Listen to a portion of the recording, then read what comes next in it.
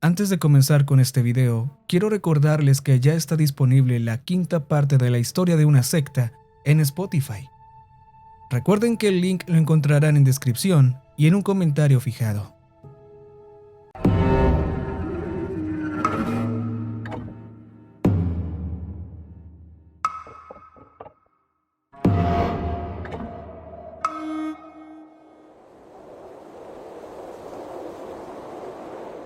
Eran casi las 3 de la tarde cuando llamaron a la puerta de la estación de guardabosques. Me sorprendió un poco oírlo, dado que eran principios de enero y la temperatura rondaba unos agradables 12 grados. El viento golpeaba contra la estación aislada desde antes del amanecer, y me preguntaba si tendría que reparar los daños causados por la tormenta. Ya había estado nevando casi todo el día, pero hasta ahora no había sido muy fuerte. Sin embargo, esperaba que eso cambiara al anochecer.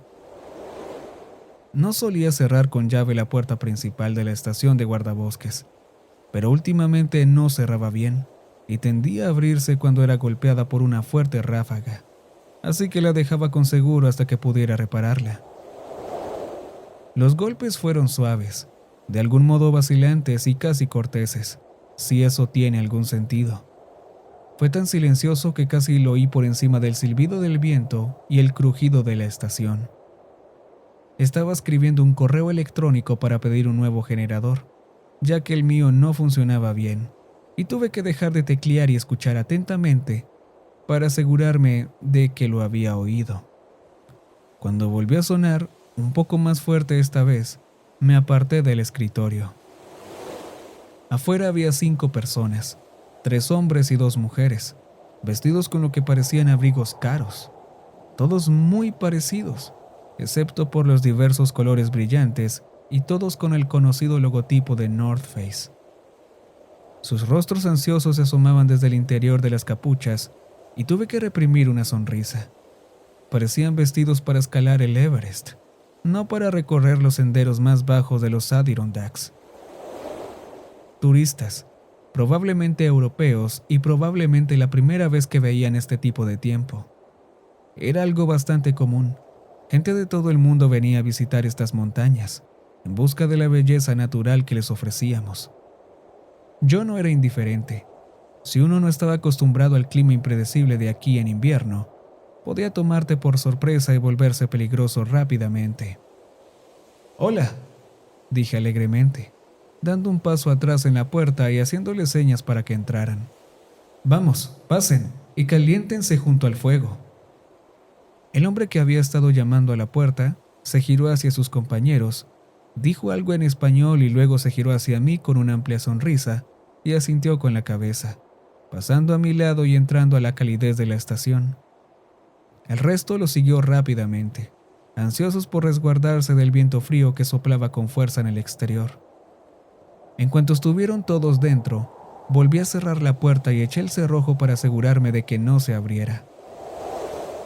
«Gracias, señor. Soy Martín», dijo el hombre, echándose la capucha hacia atrás y abriendo la cremallera de su abrigo. Señaló a los demás.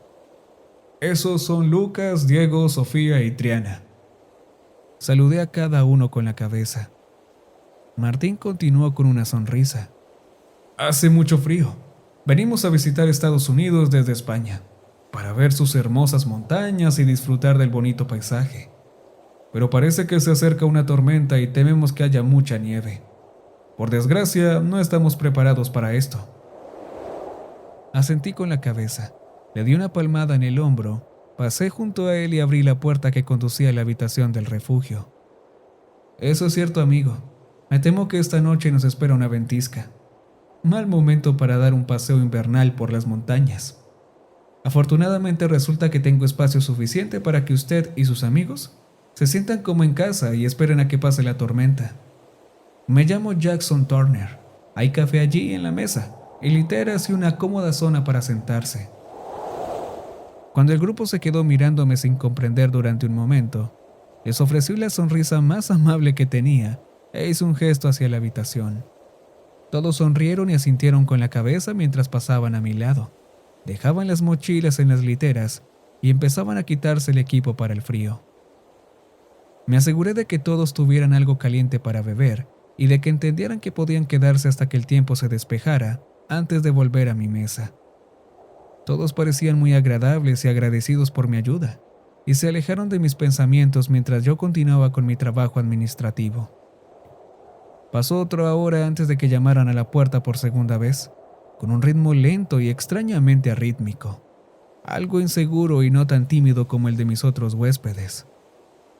Suspiré pesadamente y me enderecé, dando la vuelta al mostrador y volviendo a la puerta. Hacía una semana o más que no recibía visitas en el puesto de guardabosques, y ahora entraban a raudales como si esto fuera un Holiday Inn Express o algo así. Desbloqueé la puerta y la abrí de un tirón, poniendo de nuevo mi sonrisa oficial de saludo. En el umbral de la puerta, con los hombros y la cabeza cubiertos por una capa de nieve helada, había un hombre de mi estatura, más o menos 1,80 m. A diferencia de los demás, no iba vestido con ropa elegante con colores combinados para el frío, sino que llevaba una combinación de prendas desparejas, como si hubiera saqueado las ofertas de una tienda de segunda mano. «Hola», le dije lo más cariñosamente que pude, haciéndole señas para que entrara. «Vamos, puedes entrar». No dijo nada, pero hizo un leve gesto con la cabeza al pasar junto a mí. Lo seguía un fuerte olor corporal a almizcle, y me pregunté si sería uno de esos ermitaños reclusos de los que había oído rumores. Cerré la puerta con llave y me volví hacia él.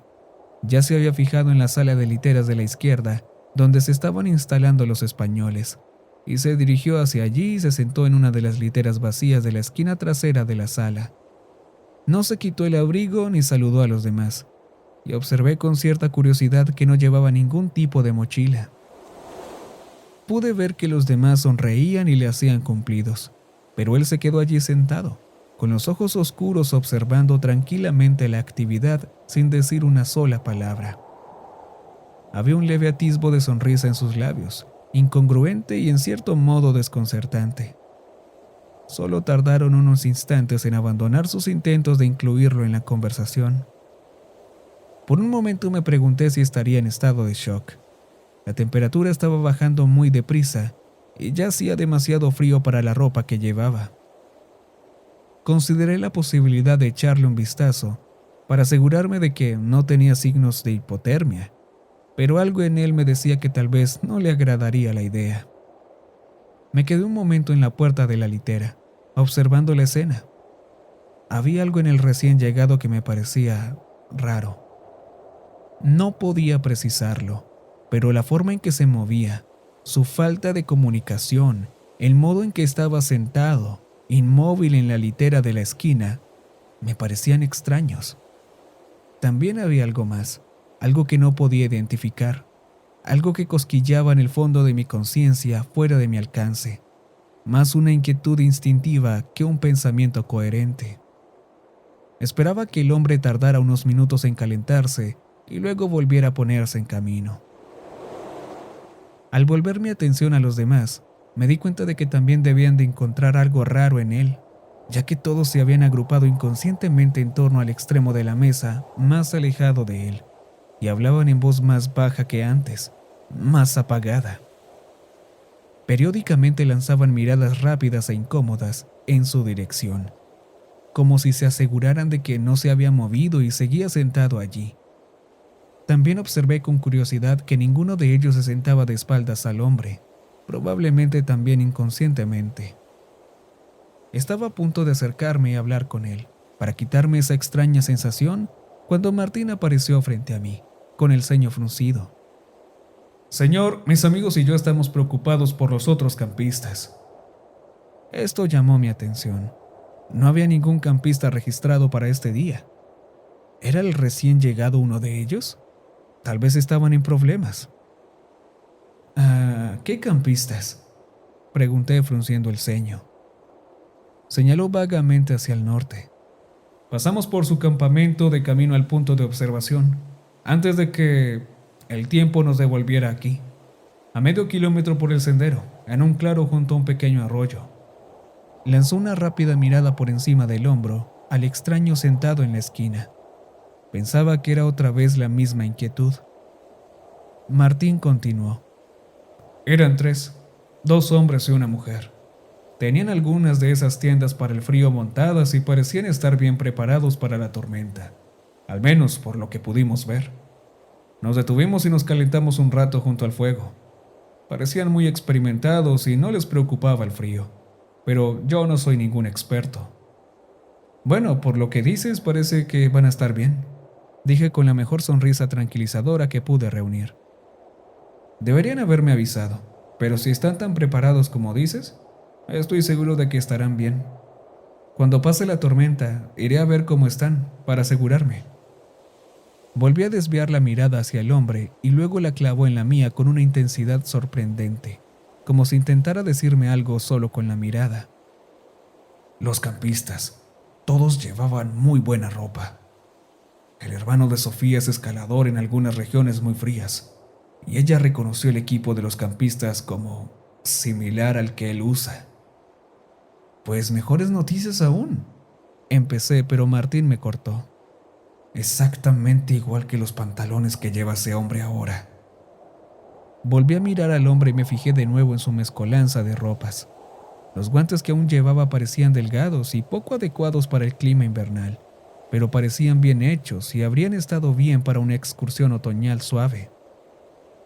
Aún no se había movido ni había dicho nada, y sus ojos carentes de emoción recorrieron lentamente a los españoles, con lo que, a mi creciente paranoia, le pareció un interés hambriento. Era como si los estuviera inventariando, evaluando de algún modo. Una vez más, ese cosquilleo en el fondo de mi cerebro, diciéndome que algo no estaba bien del todo con ese hombre. Algo estaba fuera de lugar, pero todavía no podía saber qué. Volví a mirar a Martín. ¿Estás seguro de lo que estás diciendo? Se encogió de hombros. Tan seguros como podemos estarlo. Sofía dice que está totalmente segura, pero los demás no tenemos la experiencia para reconocer estos detalles tan bien como ella. ¿Estaba este hombre con ellos? Pregunté, pero ya sabía la respuesta. Martín negó con la cabeza. No, nunca lo había visto hasta ahora. Se inclinó un poco más y bajó la voz. Este hombre, hay algo, dijo, deteniéndose, incapaz de encontrar las palabras adecuadas. Asentí con la cabeza. Lo sé, yo también lo siento.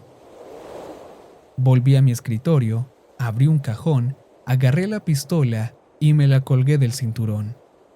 Me metí el cargador de repuesto en el bolsillo, tomé mi pesado abrigo de un gancho cercano y me tapé las orejas con el sombrero forrado de piel. Martín me siguió, observando con interés. Miré por encima de su hombro asegurándome de que estábamos fuera del alcance visual y auditivo de la sala de literas. Voy a revisar el campamento. ¿Has manejado alguna vez una escopeta? Cazo faisanes con mis primos todos los años. Tengo muy buena puntería. Bien, esa puerta junto a mi escritorio es mi habitación. Justo dentro encontrarás una cargada, por si la necesitas. Se limitó a agachar la cabeza en silencio. Debería estar de vuelta en 1 hora. Conozco el lugar del que hablas. Manténlo aquí hasta que vuelva, pero no hagas nada si no es necesario.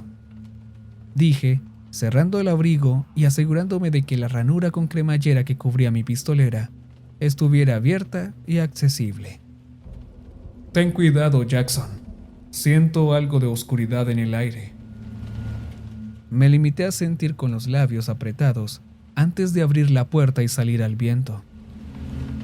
El frío helado me golpeó de inmediato, atravesando mis pesados pantalones y abriéndose paso por todas las aberturas de mi ropa. El viento me golpeaba constantemente y aullaba en mis oídos. La nieve del sendero apenas me llegaba a los tobillos, pero tiraba de mis botas a cada paso, ralentizando mi avance. La zona que Martín había descrito era uno de los pocos campings señalizados de la zona, y aunque no era estrictamente necesario que los campistas se registraran antes de acampar, se les animaba a hacerlo.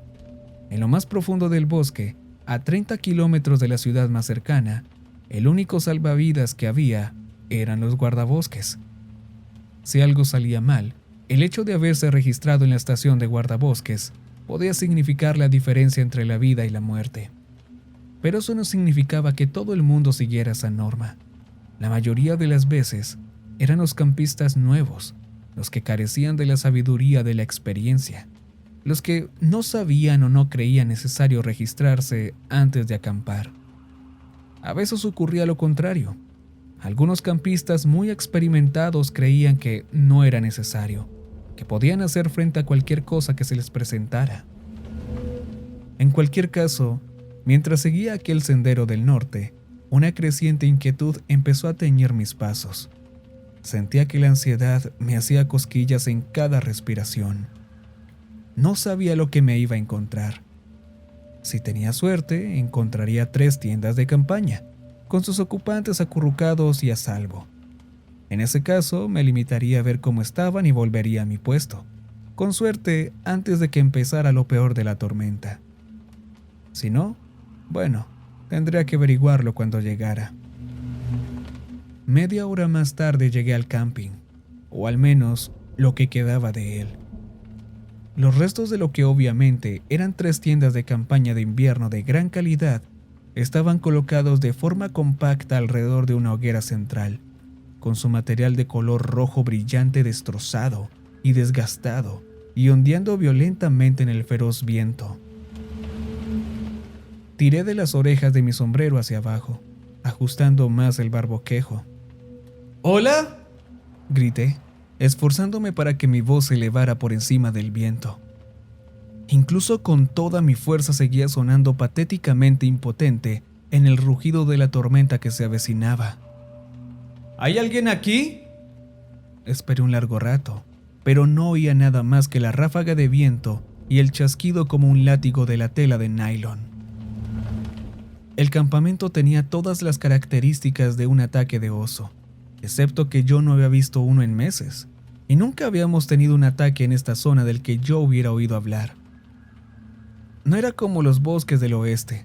Aquí no había osos pardos.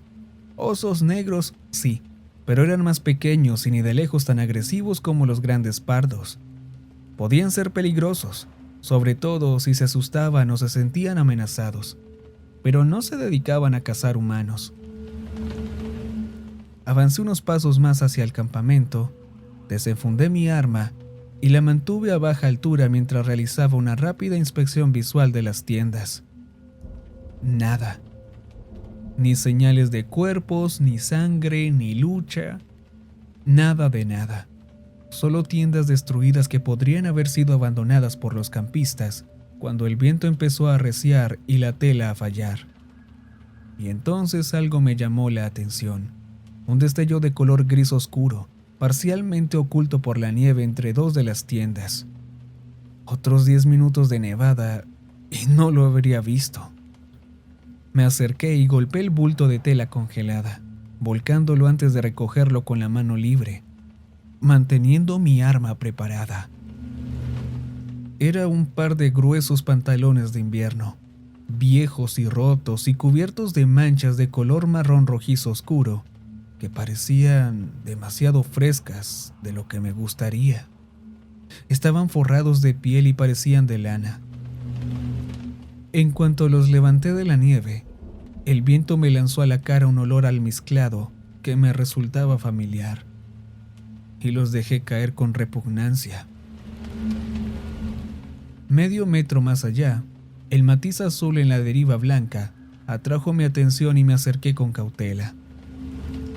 Reconocí el material de un abrigo para el frío, y cuando alargué la mano para descubrir más, me tambaleé hacia atrás, conmocionado, al darme cuenta de repente de que estaba viendo un brazo toscamente desmembrado, aún envuelto cómodamente en la cálida manga del abrigo. Maldije en voz alta y di un traspié hacia atrás.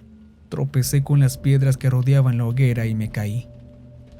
Permanecí allí sentado, hiperventilando durante lo que parecieron minutos.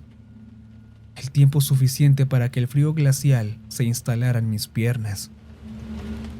Solo cuando mis brazos empezaron a temblar me di cuenta de que estaba agarrando la pistola con toda la fuerza que podía, apuntando con locura a la masa gris de pantalones congelados que había en el suelo ante mí. como si de repente fueran a cobrar vida y atacarme. ¡Mierda! Fue lo único que se me ocurrió decir, cuando la racionalidad regresó de repente, borrando de mi vista las palpitantes manchas rojas y devolviendo mis pensamientos al presente de forma brusca.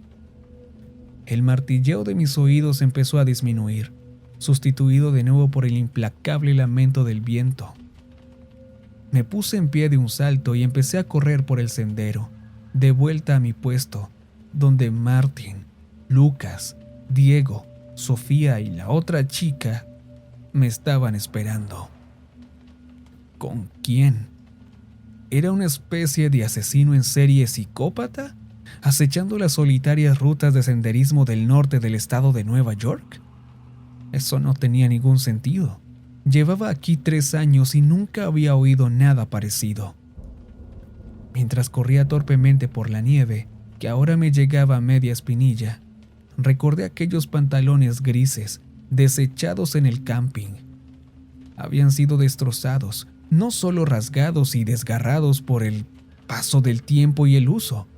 Había sido algo violento lo que había causado el daño, y las manchas de sangre parecían dar crédito a esa teoría. Así que, fuera lo que había ocurrido, el desconocido había decidido sustituir sus pantalones dañados y manchados por los de sus víctimas. Y luego pensé en que ninguna de sus ropas combinaba, y en que sus botas y guantes ni siquiera eran adecuados para el tiempo invernal. ¿Cuánto tiempo llevaba así? 20 minutos más tarde, las tenues luces amarillas de las ventanas de mi estación aparecieron de repente. La temperatura había descendido aún más y me asombraba haber sido capaz de mantener el ritmo y el tiempo suficiente para llegar de vuelta, impulsado por la adrenalina y el miedo. Me detuve ante mi puesto de guardabosques y enseguida me di cuenta de que la puerta principal estaba abierta, unos centímetros. Mi mente me instaba a entrar a toda velocidad, pero tuve que tomarme unos instantes para recuperar el aliento y dejar que mi acelerado corazón se ralentizara un poco antes de entrar. No entendía por qué la puerta estaba entreabierta. Si no hubiera estado cerrada con llave, la primera ráfaga fuerte de viento la habría abierto del todo y la habría hecho chocar contra el revestimiento de madera de la pared. Pero lo que ocupaba mucho más de mis pensamientos era la implicación de aquella puerta abierta. Nadie en su sano juicio se habría sentado en la estación mientras el viento helado y la nieve entraban. Dejé a un lado esa idea y me acerqué lo más sigilosamente posible a la puerta, empujándola con suavidad al principio y luego con más fuerza al notar cierta resistencia que la mantenía cerrada. Agarré el arma con fuerza, con la boca del cañón hacia adelante y a la altura del pecho, con el dedo apoyado y listo para apretar el gatillo. La puerta fue cediendo lo suficiente como para que pudiera deslizarme por el hueco. El sonido del viento y el traqueteo de la estación proporcionaron una bendita cacofonía suficiente para tapar los sonidos de mi entrada. En cuanto entré, me encontré en el centro de una pesadilla febril. Un cadáver yacía detrás de la puerta y había servido de improvisada barricada. Solo pude saber que se trataba de una de las mujeres por la delicada forma del cuerpo, ya que la cabeza y la parte superior del torso habían sido salvajemente mutiladas. La sangre manchaba casi todas las superficies a mi alrededor, caliente y apestosa a cobre, y fui consciente de un sonido húmedo y desgarrador que emanaba de la sala de literas. Las luces de aquella habitación parpadeaban caóticamente. La bombilla colgante del centro de la habitación oscilaba maníacamente, como si hubiera sido golpeada recientemente y aún estuviera asentando su movimiento pendular. Tan silenciosamente como pude, me agaché en torno a la puerta y entré en la habitación, con un nuevo shock recorriendo mi cuerpo en una oleada de frío que amenazaba mi conciencia. Cuerpos y trozos de piel yacían desordenadamente por la habitación. Sentía pánico por cualquier horrible acto de violencia que hubiera ocurrido, por los cuerpos que ahora yacían esparcidos como juguetes desechados. A mis pies observé un puñado de cartuchos de escopeta vacíos, donde habían caído y habían sido detenidos por la viscosa sangre que pintaba las tablas del suelo de madera. La escopeta yacía cerca, con la recámara abierta y el tubo del cargador vacío, a escasos centímetros de los restos apenas reconocibles del hombre al que había conocido como Martín. Terribles tajos y heridas cubrían su destrozado cadáver, que parecía haber sido arrojado a una trituradora. Tenía las extremidades extendidas y sujetas únicamente por los tendones amarillentos y los músculos rosados que ahora estaban expuestos. Mis ojos se dirigieron en ese momento a la fuente de los sonidos que había oído antes, y vi la forma agazapada del desconocido a horcajadas sobre uno de los cadáveres. Lucas, creo, por el amarillo brillante de su chaqueta North Face. Observé horrorizado cómo el desconocido hundía la cabeza una y otra vez, sacudiéndola salvajemente cada vez que se separaba, como si arrancara más trozos de carne con cada movimiento. Me di cuenta entonces de que las manos del desconocido habían crecido de algún modo, se habían alargado y habían adquirido un aspecto brillante que dejaba los dedos como garras dentadas e incrustadas de sangre. Tras un instante de vacilación, mis reflejos se apoderaron de mí. Levanté la boca del arma y apreté el gatillo. Sé que las estruendosas ráfagas de mi arma debieron ser ensordecedoras, pero apenas lo percibí mientras veía aparecer agujeros ennegrecidos a la espalda de aquella cosa. Echó la cabeza hacia atrás con lo que solo puedo esperar que fuera dolor, y lanzó un chillido que ahogó todo lo demás. Volví a apretar el gatillo y otra bala se abrió paso a través de aquella cosa horrible. De repente, casi más deprisa de lo que podía seguir, el extraño salió disparado de donde se había estado dando un festín y se abalanzó sobre la pared. Sus terribles garras se hundieron en la madera y la mantuvieron en su sitio mientras giraba la cabeza a 180 grados para mirarme. Sus ojos se habían vuelto completamente negros y habían crecido hasta alcanzar el tamaño de pelotas de golf, y la mandíbula casi parecía haberse desprendido del cráneo, con la piel de las comisuras de los labios estirada hacia atrás en una horrible sonrisa que se extendía casi de oreja a oreja, dejando al descubierto una boca llena de dientes triangulares, como los de un tiburón. Se tensó y un instante después saltó a la pared de al lado, agarrado a la madera como un insecto monstruoso, con los ojos fijos en mí. Antes de que pudiera hacer otro movimiento, disparé una y otra vez, y mi ataque de pánico encontró milagrosamente el blanco, mientras los casquillos vacíos salían despedidos contra el marco de la puerta, resonando como campanas de muerte. Luego hubo un largo momento de silencio en la habitación, y sus ojos negros se clavaron en mí, todavía inquietamente fríos y extraños. Me tensé, esperando que se abalanzara sobre mí, pero estaba claro que le había hecho daño. No sé hasta qué punto, pero de la media docena de heridas provocadas, me pareció oír un traqueteo enfermizo en sus respiraciones lentas y profundas. Con un último chillido desgarrador y sobrenatural, saltó de nuevo, esta vez lejos de mí a través de la ventana del fondo de la habitación. El cristal se hizo añicos y todo terminó. Me quedé solo en ese cementerio, con los restos de los 5 turistas españoles. Eso fue hace casi un año, y desde entonces he pasado de las operaciones sobre el terreno a un puesto administrativo en el servicio de parques. Mi oficina está situada en medio de una ciudad, rodeada de gente y sin ningún bosque solitario o oscuro páramo a la vista. Cuando la investigación se calmó y las muertes se calificaron de depredación animal, intenté volver a mi puesto, pero no pude hacerlo. Lo derribaron y construyeron uno nuevo más cerca del inicio del sendero, y pensé que podría superarlo, pero seguía viendo a aquel extraño, a aquella criatura, cada vez que cerraba los ojos. Un par de veces, en la oscura quietud de la noche, me pareció oír el lamento de aquella banshee resonando en la distancia. 1 o 2 veces. Dormía con la pistola en la mesilla de noche y la escopeta apoyada junto a la cama, y mantenía las puertas cerradas en todo momento. No podía quitarme la sensación de que seguía ahí fuera, tal vez buscándome. Quizá necesitaba asegurarse de que no podía contárselo a nadie. Verás, en el tiempo transcurrido desde aquella horrible noche, he buscado en internet cualquier explicación posible para lo que vi. Consulté a cualquier criptozoólogo autoproclamado o investigador paranormal que quisiera hablar conmigo, pero nadie tenía ninguna explicación racional más allá de los cuentos de hadas y las leyendas urbanas. Esto hizo que me quedara con más preguntas. Y un día me topé con un artículo que lo cambió todo. Se trataba de un artículo sobre el llamado Uncanny Valley, una idea de un robotista japonés de los años 70.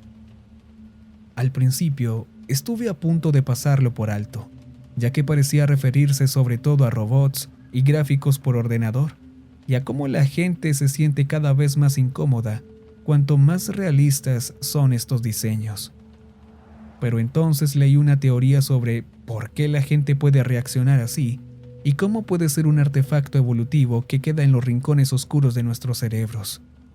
Sobre cómo, en algún momento de nuestra lejana historia racial compartida, pudo haber depredadores que parecían casi humanos.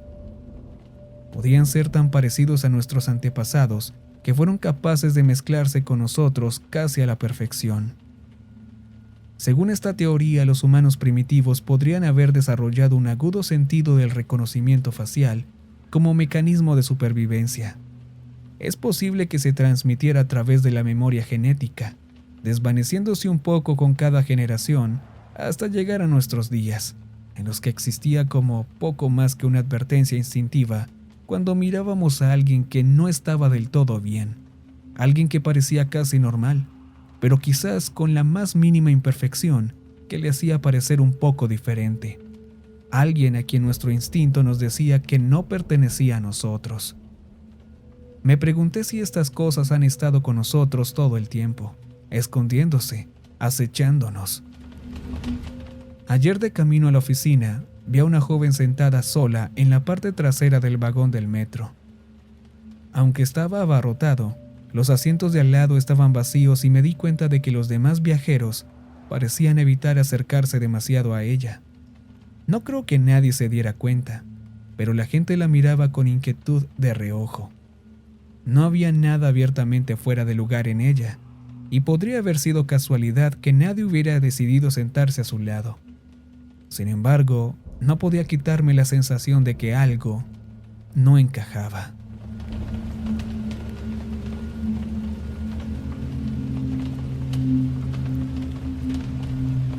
Y recuerden que